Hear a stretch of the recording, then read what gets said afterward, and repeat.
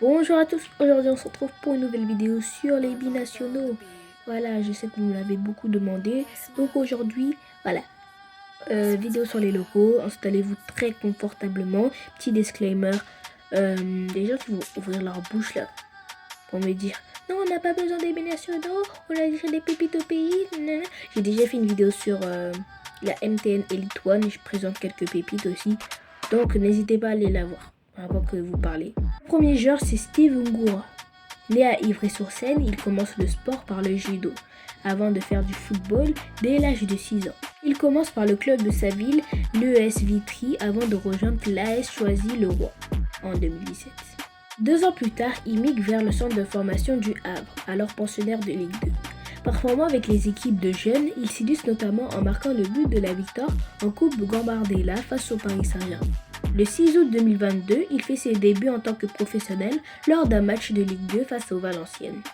Toutefois, lors de cette saison 2022-2023, Ngura joue principalement en réserve et en U19, où il se montre prolifique et termine meilleur buteur des équipes des jeunes.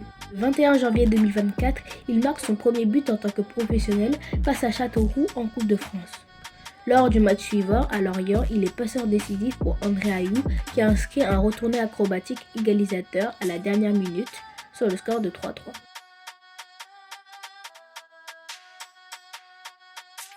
Ngura est aussi proche de l'avancement parfait qu'il existe. Il marque des buts de tout type, sait parfaitement retenir le ballon, travaille sans relâche, crée les occasions pour les autres et est un leader. C'est avant tout la finition de Ngura qui le distingue.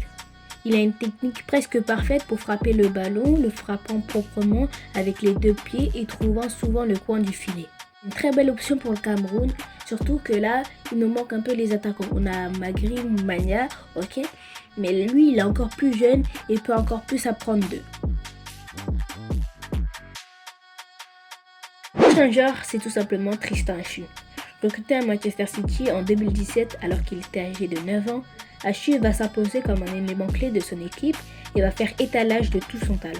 2 années plus tard, il va remporter la Young Rising Stars Club avec son équipe et sera désigné en 2021 meilleur joueur de la catégorie U12 de Manchester City. Aujourd'hui, il évolue du côté de l'équipe U14 des Citizens et continue à enchaîner des performances époustouflantes avec son club. Tristan Ashu est rapide, technique et percute. Il est doté d'une incroyable capacité à orienter le jeu et sincèrement, il veut jouer pour le Cameroun, donc c'est un joueur à suivre. Il n'a que 14 ans, mais c'est un joueur à suivre dans les années à venir. Le troisième joueur, c'est tout simplement Nathan Goumou. Né le 14 mars 2000 à Toulouse d'une mère franco-gabonaise et d'un père camerounais, il est le cousin d'Achille Emana, ancienne gloire du Toulouse FC et international camerounais. Il intègre le TFC dès l'âge de 5 ans et évolue au sein de toutes les catégories. Il effectue sa préformation pendant 2 ans au pôle espoir du Calcemoro avec Alban Lafont et Amin Adli, qui intégreront eux aussi le centre de formation du TFC. Lors de la saison 2020-2021, le Toulouse FC évolue en Ligue 2. Moins en vue que d'autres attaquants, toulousains comme Hamid Adli ou encore Janis Antiste, Nathan Goumou est crédité en 9 apparitions en Ligue 2 et 7 en Coupe de France. Au début de la saison 2021-2022, Nathan Goumou participe à quasiment tous les matchs, soit comme titulaire, soit comme remplaçant, et signe donc son premier doublé à Dijon lors de la 5e journée. En octobre, le club toulousain annonce que Nathan Goumou prolonge son contrat et s'engage avec le club jusqu'en juin 2024. Le 30 août 2022, il s'engage pour le Borussia Mönchengladbach et quitte Toulouse avec 11 buts et 4 passes D en 59 apparitions. En ce moment, avec le Borussia Mönchengladbach, il a un total de 24 matchs pour 3 buts et 3 passes D. Ses accélérations, ses fulgurances techniques, ses appels de balles, ses prises de la profondeur font de lui vraiment un joueur à suivre, quelqu'un qu'il nous faut vraiment en équipe nationale. On n'a que des vieillards à gauche. Koudou, je t'aime bien, mais au bout d'un moment, voilà, il s'agira de dose. Il a été approché par le staff gabonais. En plus, c'est le cousin de Achille Emana. C'est vraiment la honte.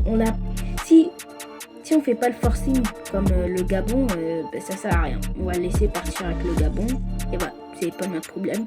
Mais là, il a été approché par le staff gabonais. Donc, si vous voyez qu'il joue pour le Gabon, vous aurez prévenu au moins. Quatrième joueur de cette vidéo, c'est tout simplement Atangana.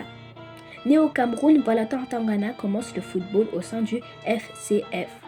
Ne veuille-t-elle jamais. Il arrive dans le centre de formation du stade de Reims dès les moins de 11 ans. Rapidement devenu capitaine avec les jeunes, puis ayant fait ses débuts avec l'équipe réserve en National 2, il signe son premier contrat professionnel en mai 2022. Valentin Atangana, ce moteur du milieu de terrain, possède la capacité d'apporter des solutions tant en attaque qu'en défense. C'est un milieu box-to-box qui répète les efforts au milieu de terrain. Il a une vraie qualité de passe qui en font un organisateur de talent. Il a notamment remporté l'Euro 2022 avec des joueurs comme Warren Zaïre-Emery ou encore Mathys Tel. C'est d'ailleurs le frère de Joseph Atangana qui a évolué avec les U20 du Cameroun, très bon défenseur qui évolue à Sochaux. C'est vrai qu'il est un peu barré au milieu de terrain avec des joueurs comme Amir Richardson qui est vraiment très bon milieu de terrain. D'ailleurs, il ressemble un peu à Hugo Ekitike, mais lui, on va en parler dans l'autre vidéo des binationaux, vous inquiétez même pas en fait. Le dernier joueur de cette vidéo, c'est Jesse Ngankam. Né à Berlin en Allemagne, Jesse Ngankam est formé par le club de sa ville, le Hertha Berlin, qui rejoint en 2006. Avec l'équipe U19 du club, il devient le meilleur buteur du championnat de cette catégorie lors de la saison 2018-2019 avec 25 réalisations. Le 8 juillet 2021, Jesse Ngankam est prêté pour une saison au Greuther Fürth, tout juste promu en première division. Ngankam retourne au Hertha Berlin à la fin de son prêt et dans le même temps prolonge son contrat avec le club le 30 mai 2022.